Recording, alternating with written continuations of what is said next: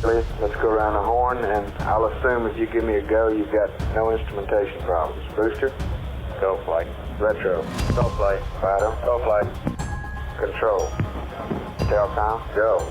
GNC, Ecom, Capcom, go. Surgeon, go. ONP, go. ASD, FAO, go.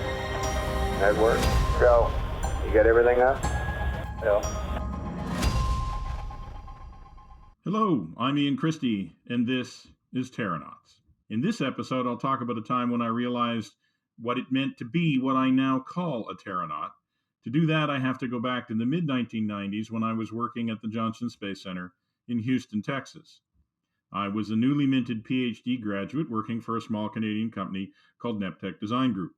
I was so newly minted that I had handed in my thesis to the registrar's office on my way out of town to drive to Houston with my wife, our 2 cats, and all of our earthly belongings.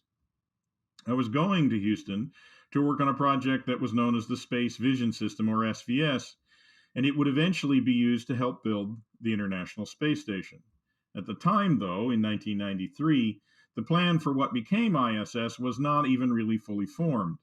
The basic idea of an International Space Station had barely survived the budget cycle in both the United States and Canada barely 3 years previously, and then only with the promise of significant changes to that original plan, which had been called Space Station Freedom.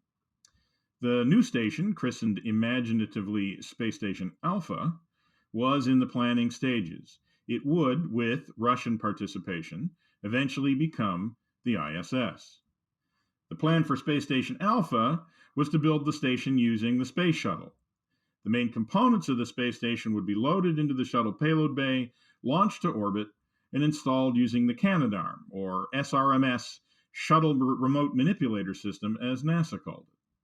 The NASA group that was responsible for the Canadarm, the robotics section of the Mission Operation Directorate at JSC, was studying the plan, and they had a concern. The task of mating the space station modules on orbit was a bit daunting. The modules were very large, 16 feet or 5 feet in diameter, and the tolerances of the docking interfaces that would connect them was quite small. It was about the equivalent of parking a Greyhound bus in a parking stall with only 5 centimeters or 2 inches of clearance on either side. Only it was worse than that because the astronauts who were parking those buses were not on the bus. They were sitting in a room looking at a television camera that could only see the front left fender of the bus. The robotics section believed that the job could not be done without some way of providing an accurate guidance cue to the crew when they were operating the arm. They believed that they might have a way of providing that cue based on the results of Canadian astronaut Steve McLean's flight on SDS-52, where he had done an experiment that featured the Space Vision System. The SVS worked on the principle that if you put targets consisting of black and white dots on the big space station elements, a camera could pick the targets out of the background, track them, and use their positions in the camera image to determine where the space station element was and how it was oriented in space. The robotics section thought that they could use this idea to solve the problem of building the space station by using SVS to generate guidance cues during those operations. They asked the Canadian Space Agency and Neptech to help them prove this concept. And so, Neptech needed someone to move to Houston and work with the robotics section. And that someone was going to be me. In the end, I would spend about 1.5 years living in Houston and working at JSC. I would learn a great deal about the profession of flying spacecraft. I would learn how to plan and support space shuttle operations in the various simulators and in mission control. And I would also learn how to work aboard the space shuttle to integrate and test our equipment. I would become what I now refer to as a terranaut.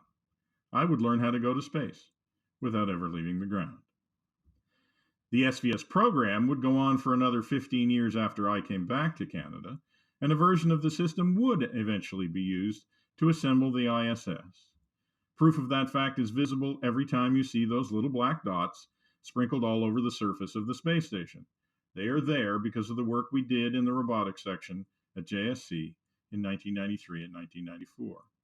But I did not know all of that when I arrived at JSC. My job to that point had consisted of developing new algorithms for the SVS to use to transform two-dimensional positions of the images of a bunch of target dots into three-dimensional positions and orientations of objects in space. I was proud of that work. Although it really had nothing to do with my graduate research, it made use of the skills that I had developed as a graduate student, and I was looking forward to proving that the system would work in space.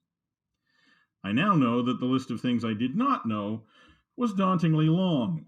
Luckily, I did not know how long, or I probably never would have signed up for the job. I got a small window into the scale of my ignorance on my very first afternoon at JSC. I attended a meeting with my new colleagues in the robotics section who wanted to talk about SVS and how to use it to assist in some planned space station assembly tasks. They were concerned that the expected accuracy of the SVS solution might not be good enough to reliably complete those tasks. This, I thought, was my moment to shine. I announced that this was exactly the problem I had been working on for months. I had developed a new algorithm that could use inputs from multiple cameras, which significantly improved the old algorithm that only used one camera. And since there were two cameras that could see this operation, I was confident that this new algorithm would solve the problem. Then, the robotics section folks patiently explained to me that they needed all of these operations to be at least single fault tolerant to camera failures, meaning that they had to be able to do the operation even if one of the cameras failed, which was why there were two cameras that could see the operation in the first place. So thanks very much, but what else have you got?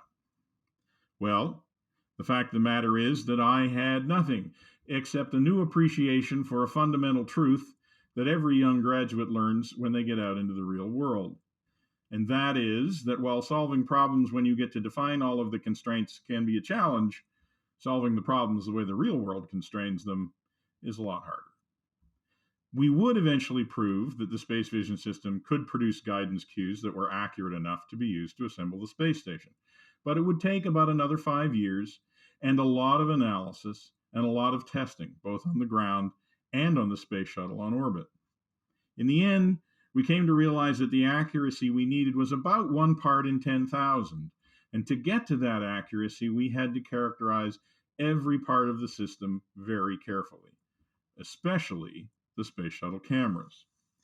We also quickly figured out that the camera's performance in space was different than it was on the ground in certain cases. So we would need to test the cameras on the shuttle while it was on orbit. And that's how I came to be sitting in the Mission Control Center with a rack full of equipment, intently watching a video of black dots. You see, in order to test the cameras, we had gotten permission and had mounted target dots in the shuttle payload bay, where they could be seen by the aft payload bulkhead cameras. Once the targets were mounted, we would go to the Mission Control Center during a shuttle mission, and when the crew on orbit was asleep, we would aim the cameras at the targets. Then we could record video, and we could pass the video through the SVS unit on the ground and record the results. And that way, we could vary all of the parameters of the camera, including zoom, pan, tilt, and about 3 others that I have since forgotten, and we could determine the impact that they would have on the accuracy of the SVS solution. So during these flights, my job consisted of sitting in the robotics section back room at Mission Control and spending literally hours recording video of black dots on a white background, and then taking and recording measurements with the SVS unit, and then changing a single camera parameter and doing it all again, and again, and again, and again. It was exactly the kind of job that gets assigned to junior engineers and scientists the world over. It was repetitive and it could be mind-numbingly boring. But it was also essential that it be done carefully because it had to be done exactly the same way every time to preserve the integrity of the data. So, in a very real sense, though, it was an utterly unexceptional thing for a recently minted graduate to be doing as part of a large engineering project. Until Well, to understand the until, you have to understand a bit more about how commanding the Space Shuttle cameras from the ground worked. To move the cameras, I had to talk to another flight controller who was called Inco. Through his console, he could issue commands to the cameras. But the way the command link worked, he could only issue discrete commands. So to tilt the camera a few degrees, he had to issue a tilt command, and then, when the camera was pointed in almost the right place, he would issue the stop command. Only sometimes the camera didn't stop, which is what happened one night in the middle of testing when I asked Inco to tilt the camera up. As the camera was tilting, I went back to my equipment and got ready for another data tape. But when I looked up, the camera was not looking at black dots. Instead, it was pointed up over the sill of the shuttle's payload bay. And instead of 4 black dots, I was presented with the sight of the Earth from orbit, with the Atlantic coast of North America rotating slowly out of sight beneath the space shuttle. I was transfixed. In that moment, I realized that the camera I had been using effectively as a piece of lab equipment was in fact not on the planet with me. It was instead in orbit around the planet, looking back at me. And the thought stopped me cold. I sat and I stared, lost in the view. Eventually, I heard Inco in my ear saying, "SVS, SVS, what do you want to do now?" And I said, "Inco, tilt down, stop." And I went back to my equipment because I had dozens more tests to run before the crew woke up. But I will always remember that moment as one of the times that defines what it means for me to be a terranaut. Because even though those tests were not very exciting, the fact of the matter was that I was working in space, even though I hadn't left the ground. Come on, let's keep the chatter down.